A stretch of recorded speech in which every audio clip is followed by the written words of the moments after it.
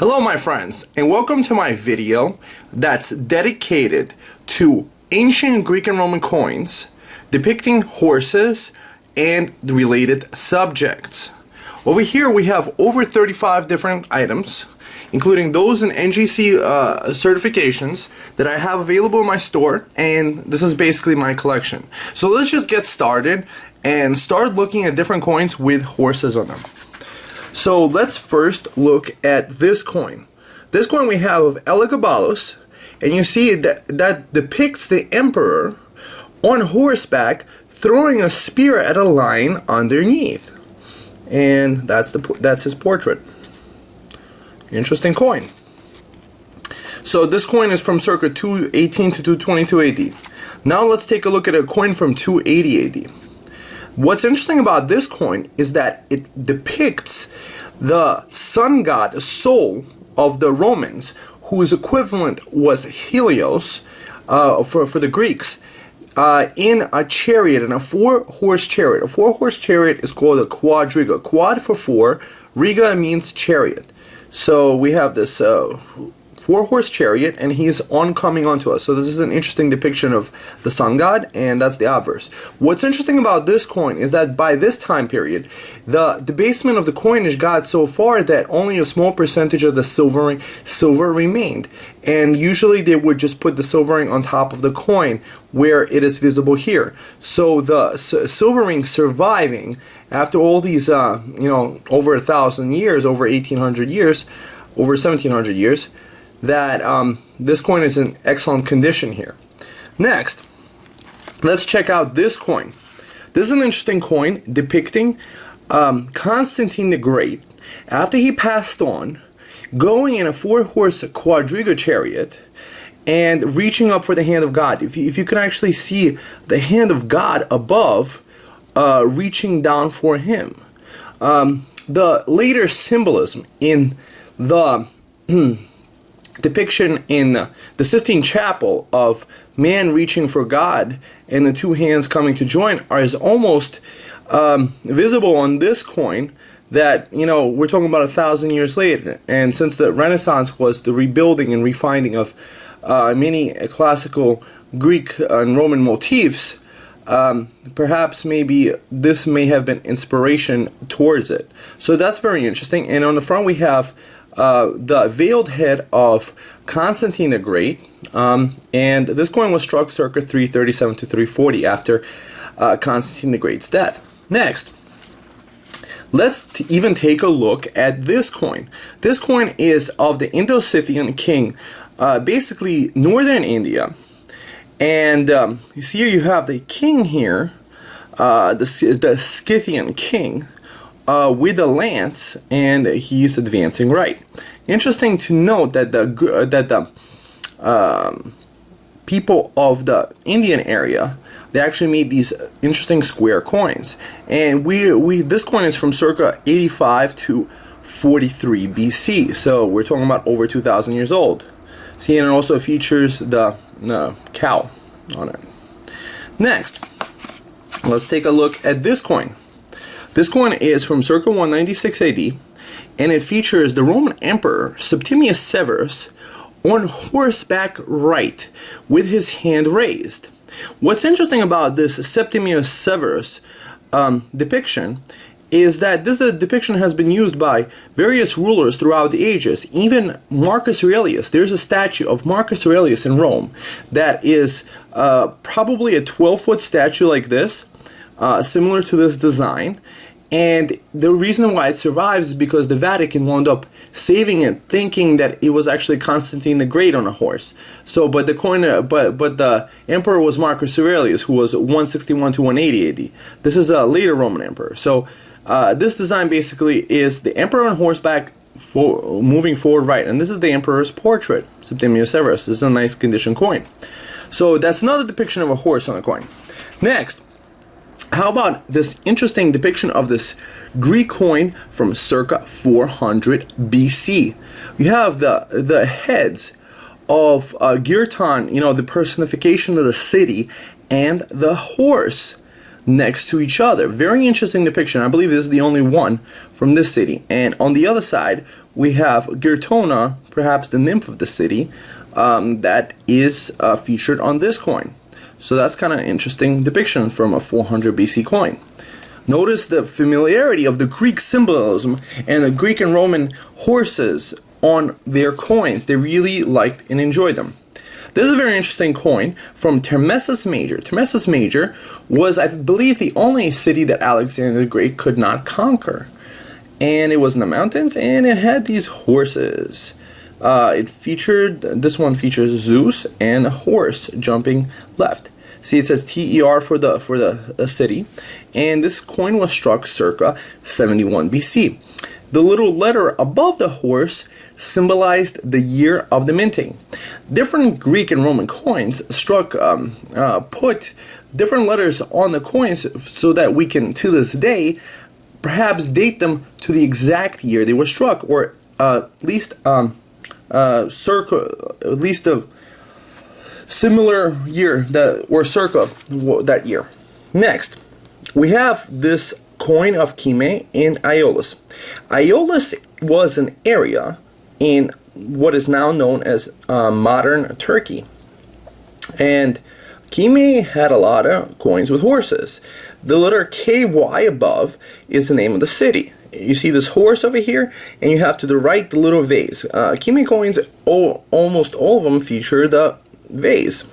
And on the bottom is the magistrate's name. So this is an interesting coin from circa 250 BC. Very interesting. So we're talking about a very similar motif. So we have horses and we have various gods that are often depicted on the different coins. What's interesting about this coin is that this coin features a horseman, a horse rider who was victorious in the Greek style, in the Greek type Olympic Games, where the horse racing event was won by the King Philip II. This is a Philip III, but it was this is after those motifs. This coin features Apollo, and it features the victorious horseman, a youth on a horse. Next, this is a very interesting coin, struck almost, let's say, 500 years after Alexander the Great's death. But since he was such a popular figure of ancient history that even people like Julius Caesar admired him, that coins of the province of Macedonia, or Macedonia Koinon, which is pretty much the federal state of the area, which later incorporated places that were not part of the original kingdom of Macedonia, whom Alexander the Great was king of, whom briefly created a huge empire which was split up between the Diadochi, who split it up into the kingdom of Egypt, the Seleucid kingdom, kingdom of Thrace, and much more. So this is a very interesting coin depicting the portrait of Alexander the Great. But what's interesting is that Alexander the Great is on horseback here. But guess which horse it is? The horse is actually Bucephalus. Bucephalus was the legendary horse that Alexander the Great rode. Alexander the Great was one of the most victorious military commanders out there. And once his horse actually died, he wound up actually making a city after the horse's name, called Bucephalia. After Bucephalus, the great horse that he rode into battle on. And this coin is from circa 222 AD, and it's very interesting that it is another depiction of a very important person and very important horse, who is the only horse, I believe, that a city was ever named after. Next, this is Cassandra. What's interesting about Cassandra is that, see, that we have the youth on a horse, and we have the motif of a Hercules in the front. But Cassandra was actually one of these people responsible in a Game of Thrones style destruction of Alexander the Great's family. Because he wanted to be king, he wound up actually causing the death of pretty much all of Alexander the Great's descendants, including his mother. So Cassandra, this is actually a very popular type. It features Hercules and it features the youth on horse.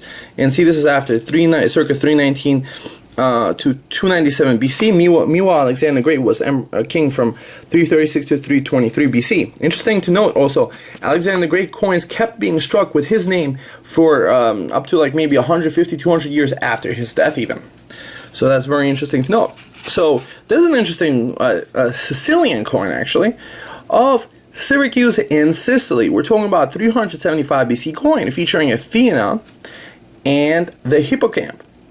The reason why this coin is in this horse coin video is because this is a part horse, part, you could say this is like a flying mermaid type of horse, or like a mermaid style horse that comes out of the ocean, that Poseidon or the Roman equivalent or a similar god called Neptune would drive around in his chariot. So it's an interesting depiction of the Hippocamp and Athena, very interesting type.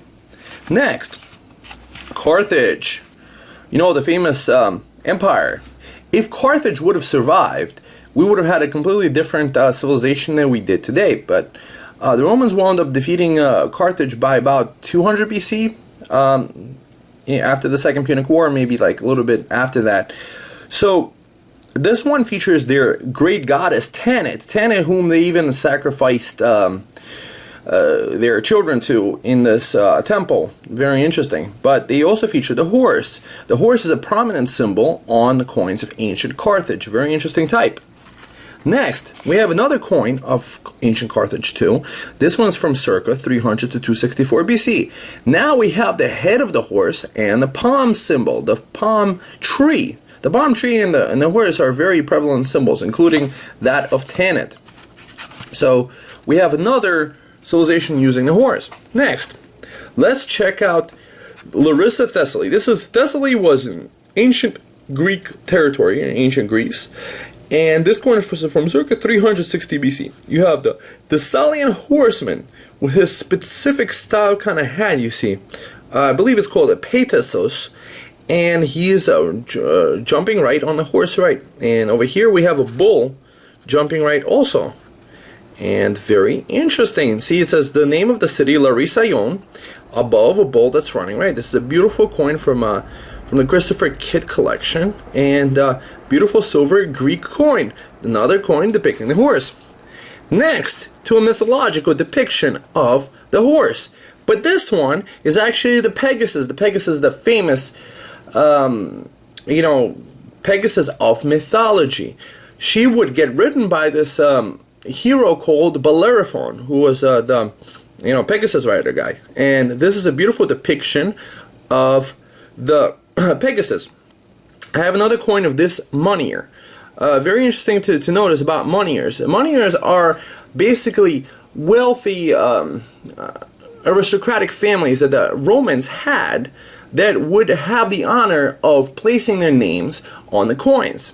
So, but another interesting thing that they would do is they would put a pun or an allusion to their name. So if their name had a similar thing to let's say the word for a pig, they would have a very similar type of design of a mythological creature that was similar to their name. So an allusion or a pun or a very interesting type. So Q-Titius. On the front we have Victory, the goddess, goddess of victory. Her Greek equivalent was Nike. Now this coin is interesting because it is believed, okay, the Indo-Scythian kingdom in northern India of King Aziz II, this could be because of the time period that it was struck, of being circa 35 BC to 12 BC or even up to 5 AD, that this king could have been one of the three biblical historical magi, or the pretty much the people that came from the east of Jerusalem and came there to Nazareth to bring gifts of myrrh and other spices and things from the area that they were. So this was the coin that was circulating in the realm of the time. So you could actually picture the Magi carrying around a coin like this. And what's interesting about this coin is that it has Zeus and it has the king on horseback ride. So you can almost imagine the Magi on the horseback riding right on his horse towards Jerusalem area to celebrate the birth of Jesus Christ. Very interesting type for the Christian faith. Next, we have an interesting Sicilian coin, and this is a very rare R1 coin. A rare R1 is not as rare as R2, but it's already a rare coin. There is a reference book called HGC. This is Handbook of Greek Coins 2, number 1073. So if you wanted to pick up this book, you could open up the Handbook of Greek Coins 2, volume 2, 1073, and see that it's also R1. And over here we have the interesting symbol of the horse galloping left, and below is the monogram of Panormus. The ancient Greeks would use monograms sometimes, and also the Romans did also, where it would take 2 or 3 letters and combine them together into one monogram. So this is an interesting thing. And on the front we have Zeus. I would say Zeus and Apollo are very popular motifs on ancient Greek and even Roman coinage. Next, let's check out this Roman coin of Emperor Augustus. Emperor Augustus was the first Roman emperor, and he was emperor from 27 BC to 14 AD. This coin depicts actually his successor. He groomed his, I believe, grandsons, Caius and Lucius, but I believe Lucius died first, and you had Caius left, whom is depicted here on horseback ride, with the legionary eagle and standards behind them. So pretty much what is the symbolism of this coin? That the Roman army stands behind the new successor of Augustus. Augustus had a lot of issues with getting a successor, and wound up actually being succeeded by Tiberius, who wasn't his, he was an adopted son rather than any of his lineage. Next, you have his portrait over here of Augustus, and it says Divi Augustus. So basically, Augustus DVF, what it means is he was the son of the divine because he was the adopted son of Julius Caesar. And because Julius Caesar was believed to be a divine after his death, there was a great comet which is known as Caesar's comet, and it added to the mythology. So because that emperor or dictator was deified, so was Augustus. He used the great political power that Julius Caesar summed up by being his son. So we have another symbolism on the horse. So the horse is a very prominent symbol. Next, let's take a look at some Roman Republic coins. This is an interesting Roman Republic coin of the M. Baebius Tampilus Monier from circa 137 BC. On the front, you have the depiction of Roma, and on the back, you have Apollo and a quadriga. Apollo is symbolized by, you see that he's holding the bow and an arrow beneath them, and you see where it says the Monier's name below. By Ebi, you could read it. So what that means is that the Monier's ancestor, or basically to this day, we could still know about the great patrician families of ancient Rome. So what's interesting about this coin is that it's an NGC slab. NGC is a third-party authentication service. Because they don't physically sell coins themselves, people around the world trust their opinion by having very expert third parties give a coin a grade oftentimes, and give it a minimized description. Meanwhile, my descriptions, I guarantee my coin's authentic for a lifetime, but I also put a lot more information, the references in the different books, and etc. So this is an interesting type. Next, what's interesting about this coin is that it features, this is another coin from the Roman Republic, is that it features the mask of Medusa. You know, the Gorgon who would turn people to stone that looked upon her, and it was Perseus that cut her head off. And this symbolism of her head being cut off is shown also in even the Renaissance Renaissance statues that were later made. But we're talking about horses here. So here is Aurora leading the chariots of the sun god. So very interesting depiction of Aurora.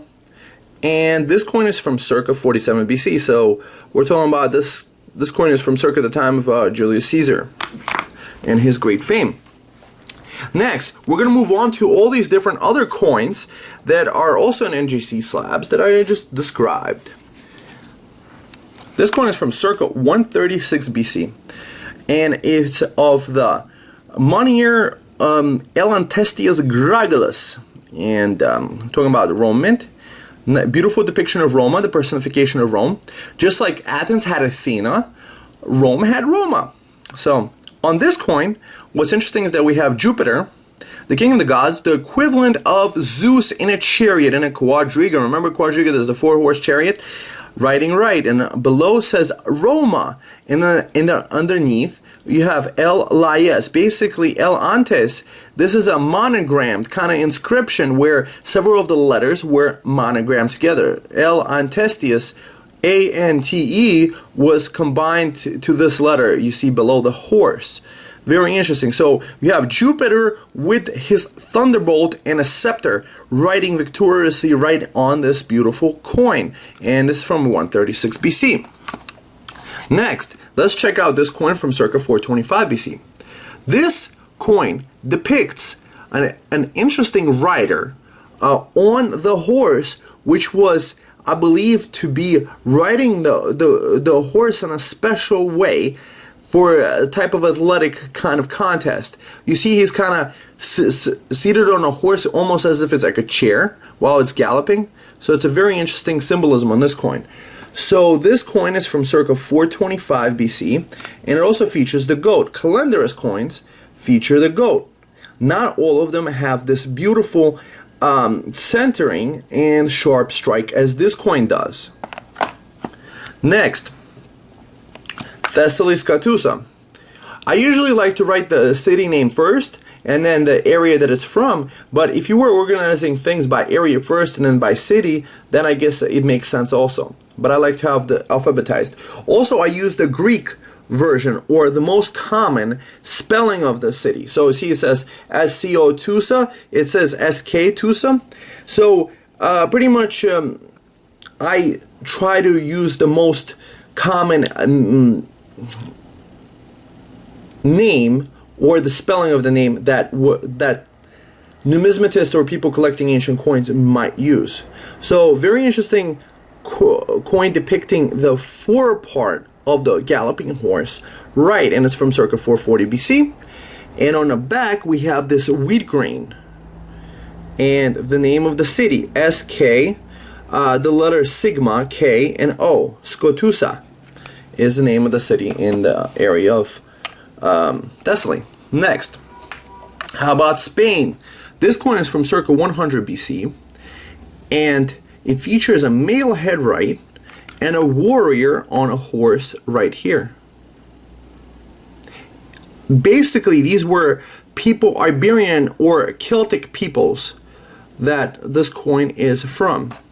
And it's also a nice grade. XF means extra fine. So extra fine is higher grade than choice VF. And AU is the closest to mint state. So choice AU is just right on the mint state this coin is. Next. But VF coins are often quite beautiful, like this one. We have the nymph Larissa of the city, and this coin is from circa 356 BC. This depiction of the nymph is extraordinarily beautiful. And on the back, we have the Grazing Horse. So what's interesting to note about Larissa is that it was known for its horses. It had a large agricultural hinterland where they would raise horses, and Larissan horses were, I guess, one of the ways that they made money. So we have the horse grazing here. Sometimes it's also depicted with there being a horseman. Next, remember the Pegasus depicted on the smaller coin? It's of the same money. See, Q Tatius. See, Q Tatius. So this is a smaller denomination, the quinarius, than the denarius. The denarius was a standard denomination of coinage from the BC of the Roman Republic into, you know, the very, very late Roman history. So we have the Pegasus here. Very interesting. Oh, also to note, Mutius Titius. Mutius Titinus. Basically, this was the equivalent of Priapus. If you look up Priapus, basically he's a fertility god. He is depicted as a male with a huge erect phallus that they would draw in symbolism. Do research on Mutius Titius and you will see what Priapus means.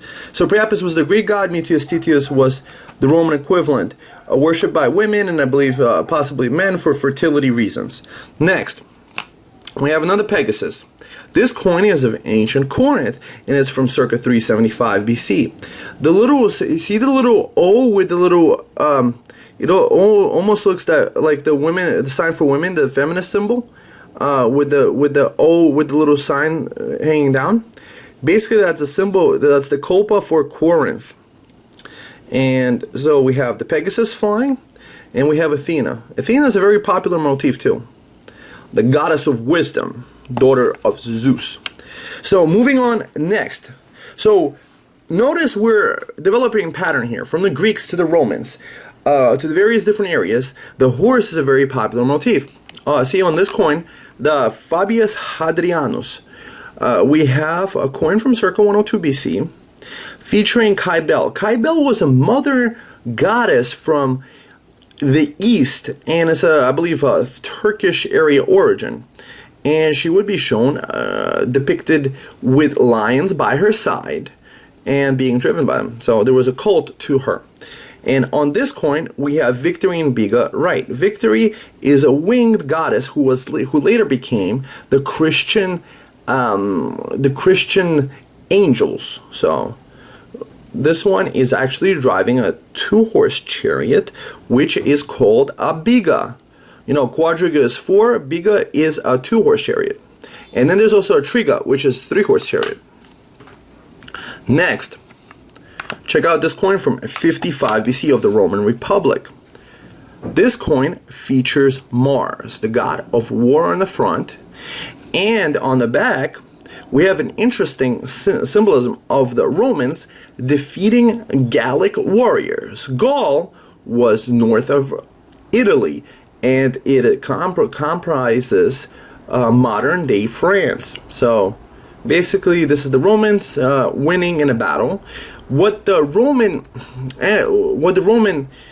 moneyers would do is they would sometimes depict or give symbolism to their family's honor. So let's say if their family had a victorious general who conquered some peoples, they would depict their ancestors. But the actual living Romans would not be depicted on coins. The only living Roman before Julius Caesar depicted on a coin was Flaminius. And it was actually a coin struck by the Greeks. So it was actually okay because it was struck by Flaminius circa 196 BC, you could say, who freed the Greeks from the oppression of, I believe, Macedonians. So, speaking of the Macedonians, we have this coin from the Macedonian kingdom from circa 451 BC. So, this one is of Perdiccas II, and it features the horse walking right. Interesting symbolism. You see the tag on the right shows the description of it.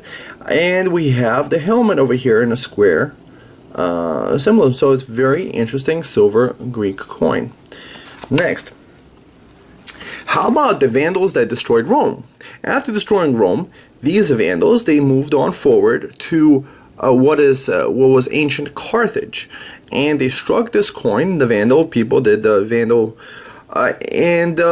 basically this coin shows the Vandal warrior or the soldier standing left. And guess what? Interesting. We have the head of a horse. Very interesting. So it's almost gives you an allusion to the coins of Carthage from over here with the horse's head. How interesting that they kept using symbolism hundreds of years later. We're talking about almost 700 years later, here or 800 years later, with the horse's head. Next, Crepusius. P. Crepusius is of the Roman, circa 82 BC.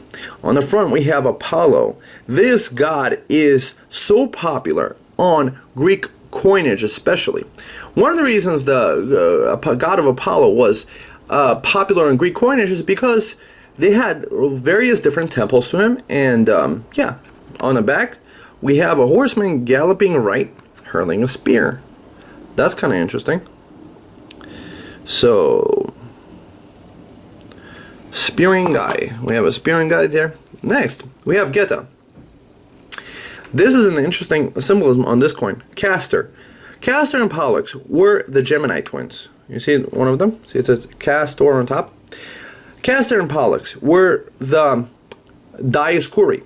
The Dioscuri are known by their symbology as the Gemini twins. One of them was immortal, one of them was mortal. I believe that they begged the immortal one begged the mortal one to be included with him in the sky, and that's why we have the constellation Gemini. But the Dioscuri twins are very popular. But what's interesting about this guy, Geta, he wound up actually got killed by his brother in his mother's arms because he didn't trust Caracalla to meet with him in person. So Caracalla goes, hey, let's meet in person, but we'll meet in mom's house, right? And he wound up killing his brother right there. So he wound up, I believe this coin was an allusion to you know, him being Castor and the other one being Pollux, the Caracalla, who wound up killing him because he wanted all the power to himself. So we're talking about the Game of Thrones all over and over again in ancient empires. So this is an interesting Greek coin over here from circa 229 to 48 BC, and it features Dionysus, the god of wine. Very interesting. That's a very popular motif, the Dionysus too, because they were drinking a lot of wine. And it features the Pegasus. What's interesting about Corcyra is this is the ancient site of modern day Corfu, the island. So that's very interesting. Next, we have a coin of Marcius Philippus. Marcius Philippus is shown over here. There's actually a statue standing on top of an aqueduct. One of the things also symbolized on Roman Republican coins is also large building projects. So this guy over here is one of the Ancus Marcius, who was this one of the last kings of Rome, and or one of the people that was responsible for the building of this aqueduct. And beneath, you see it says Aqua Mar. So it was Aqua Marcia. So this guy pretty much is the aqueduct that was built by this guy. So an ancestor of L. Marcius Philippus. This is circa 57 BC, another denarius, and beautifully made. So now that you've watched this video, I recommend you visit my site, trustedcoins.com. And there, sign up to my email list, or just go to list.trustedcoins.com to sign up to my email list today.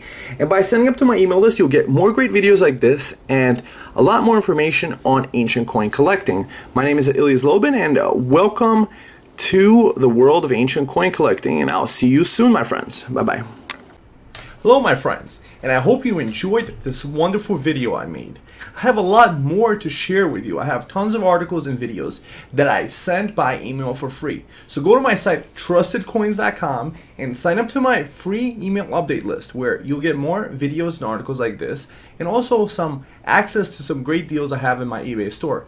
Incidentally, on trustedcoins.com, you could also visit my eBay store with a selection of over 15,000 items. I guarantee all my items are authentic for a lifetime, and I provide them with a beautiful certificate of authenticity. Basically, nobody else in the world does this. I like going the extra mile because I believe that ancient coins can be fun, and they should be presented in the right context.